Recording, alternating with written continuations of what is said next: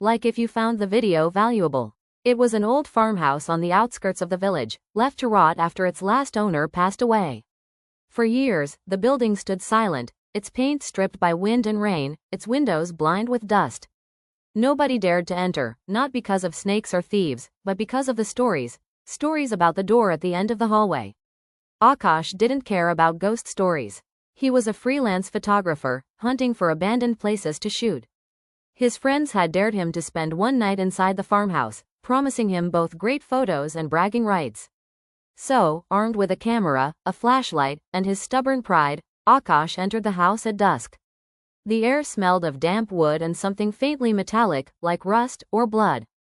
His footsteps echoed as he explored, each creak of the floorboards making him tense. He took shots of the staircase, the cracked wallpaper, the cobwebbed chandelier. But soon, he reached the hallway. At the far end stood a heavy wooden door, darker than the rest, its surface scarred with deep gouges. It looked out of place, too solid for the fragile house. That must be the infamous door, he thought. Grinning at his own courage, Aakash raised his fist and gave it a playful knock. Tap tap tap. He waited, camera ready to film his own joke. But then, 3 knocks echoed back from the other side. He froze. The hallway seemed to grow longer, stretching away from him. His flashlight flickered, and the air grew cold. Trying to calm himself, he laughed nervously. Okay, nice trick. Anyone in there? No answer. Just silence. Curiosity burned stronger than fear.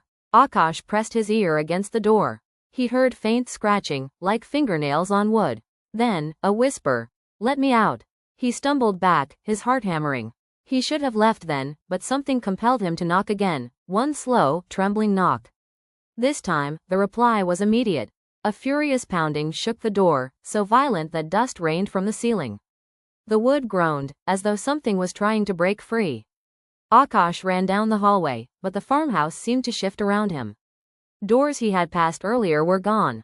The front entrance was nowhere in sight. Every corridor curved back to that same hallway, that same cursed door waiting at the end.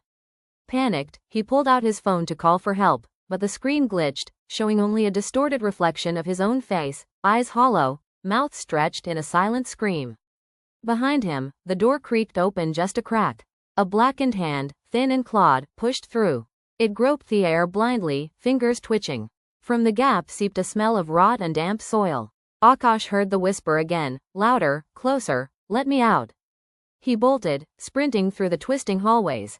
His flashlight dropped, but even in the dark he could feel the house funneling him back, again and again, toward that door. Finally, he found himself standing before it once more, his own hand trembling on the knob. But before he could turn it, the door banged shut on its own, so hard the floor shook. Silence. Then, 3 sharp knocks echoed, not from behind the door this time, but from right beside his ear. On the wall, on the ceiling, on the floor beneath his feet. The farmhouse collapsed into darkness. Days later, when his friends came looking for him, they found his camera lying in the hallway. The last photo showed Aakash, standing before the door, his face pale and terrified, as a shadowy figure loomed just behind him. The door was closed, silent as ever, waiting for the next knock.